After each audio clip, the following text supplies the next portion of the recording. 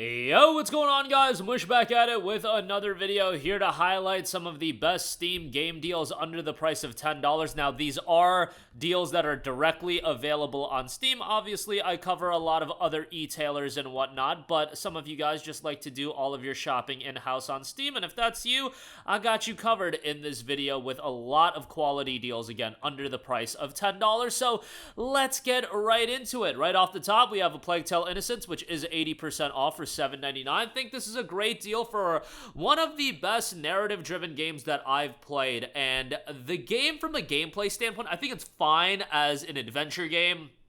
But really what stood out to me is the story and the ambiance of this game. The atmosphere to this game, this darker tone, is absolutely tremendous. And the story picks up within 30 to 45 minutes of playing the game. So it doesn't take a while for it to build up or anything like that. Like, it's pretty compelling pretty early on. Not a super lengthy game, but for $8, I think it's a great deal. And after A Plague Tale Innocence, I would certainly recommend you to check out A Plague Tale Requiem. Next up, we have SOMA, 75% off for $7.49. Now, to be perfectly fair, this isn't the cheapest we've seen SOMA for. We've seen it considerably cheaper, actually, for like $4.49, which, you know, the difference between $4.49 and $7.49, I feel like, is pretty notable. But if you want to check it out, it's a really well done atmospheric psychological horror set in this underwater remote research facility. It does an incredibly good job of just being super eerie and creepy, and I think for a horror game like this, that's one of the main elements you want to draw in. Game is super short, but worthwhile, and in my opinion, it's Frictional's best game. I know a lot of people might disagree with me on that, but I wasn't as enthralled by the Amnesia games as I was with SOMA, and I thought SOMA was really well done. $7.49, again, good price on that. Next up, we got Don't Nod's Vampyr, 80% off for $7.99. Now, Vampyr absolutely has its issues. It's not an amazing game. However, I think the game does a lot of things right. I think the setting and the darker ambiance of the game is really great. The voice acting is solid. The story is compelling, although the latter portion, or really the ending, isn't all that satisfying. Gameplay is serviceable, but certainly not great. Like, it's totally serviceable in that you can get through it and it's not going to make you want to break your controller or anything like that, but definitely not as refined as you would like, and I think you're mainly getting into this game from the narrative standpoint, and obviously this is a lower budget RPG for sure, but it's got its own flair to it, and I think people can appreciate it from that standpoint. For $7.99, a pretty solid pickup there. Next up, speaking of games with their own flair to it, Katana ZERO absolutely has its own flair to it. Now, it's only 40% off for $8.99, and this is a game that's held up in price for quite a while, so I would, just accept that it's going to be around this price point. Incredibly stylish and visual presentation. Now, there's a lot of pixel graphics games these days, but Katana ZERO, from its color palette and style, it's just incredibly slick. Throwback to games that I necessarily didn't grow up with, but I just thought it was a really well done game regardless, and I can appreciate games that harken back to the Super Nintendo era, even if I didn't grow up with the Super Nintendo, and there's a reason why it's got 59,000 reviews, 98% positive. That's probably like one of the best received games on the entirety of Steam, so not a huge discount, but $9 for that, I think, is pretty good. Next up, we got GreedFall, 80% off for $6.99. This is very much a lower budget RPG. Spiders has kind of carved a niche for themselves where you kind of know that they aren't going to drop a game that is going to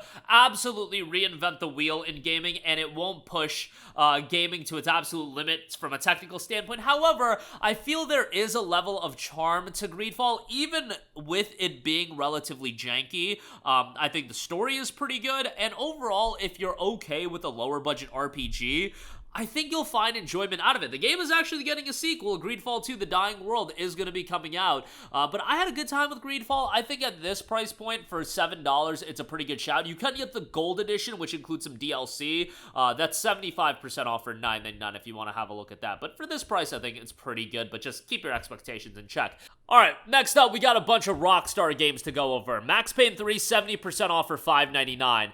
Max Payne 3 came out a while ago, when Rockstar was actually putting out a lot more games, but I really enjoyed it. I remember this was one of the first games I played on PC, and I remember being blown away from a visual standpoint, and this was me playing the game on like a 720p TV back in the day.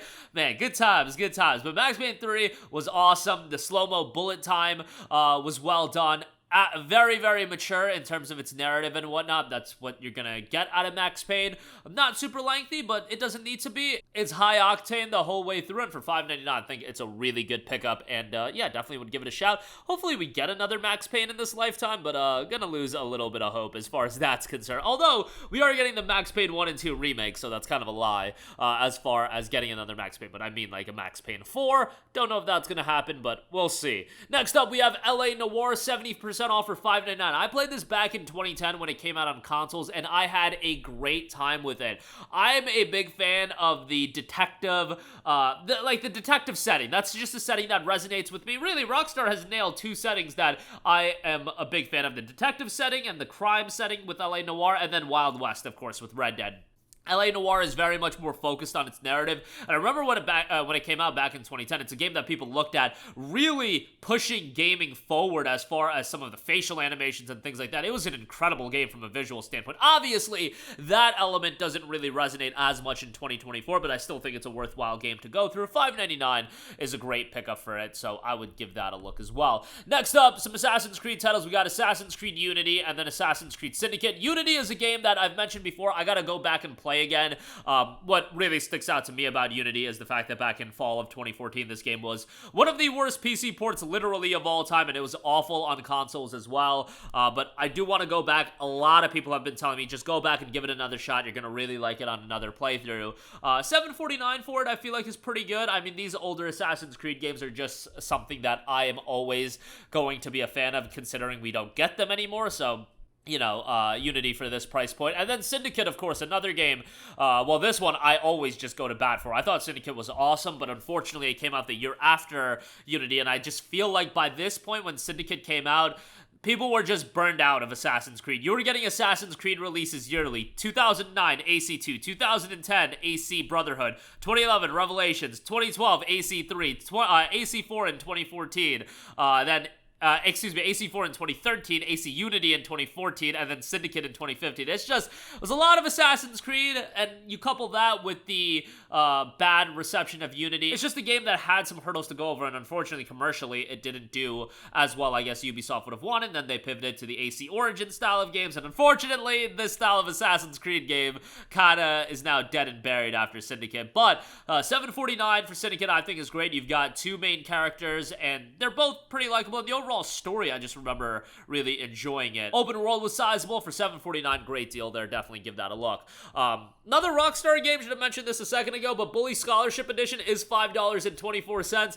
Man, I know people that have wanted a Bully 2 for so long, and I just don't know if that's ever going to come to fruition. But Bully is a pretty charming Rockstar game. You know, it's not super mature and gritty, let's say like a Max Payne or even an LA Noire, but as far as its setting, it works really well. It's just, keep in mind that this is a PS2 era game, so technically it's not going to be something that's blow away, but you're paying $5 and change. I think that's a pretty good buy. And then lastly, I want to give a shout to Sniper Elite 4, 90% off for $5.99. I paid like $50 or $60 for this right when it came out, and I remember really enjoying this game, and yes, it is 7.5 years old, so my memory's a little bit foggy, but Sniper Elite has some absolutely gruesome kills, and it's a very, very enjoyable game. I'm not super into, like, the stealth side of things when it comes to gaming, but I feel like Sniper Elite was a rewarding game, and the traversal was well done, the platforming and everything like that, and, you know, just executing the kills was pretty satisfying. So $5.99 for it. I think it's a pretty good shout, so check that out as well. That's going to do it for me. Again, links to all of these deals are going to be in the description box below, all directly available on Steam. That's going to do it for me. Let me know all of your thoughts in the comment section down below, and I will catch you guys in the next one. Peace out.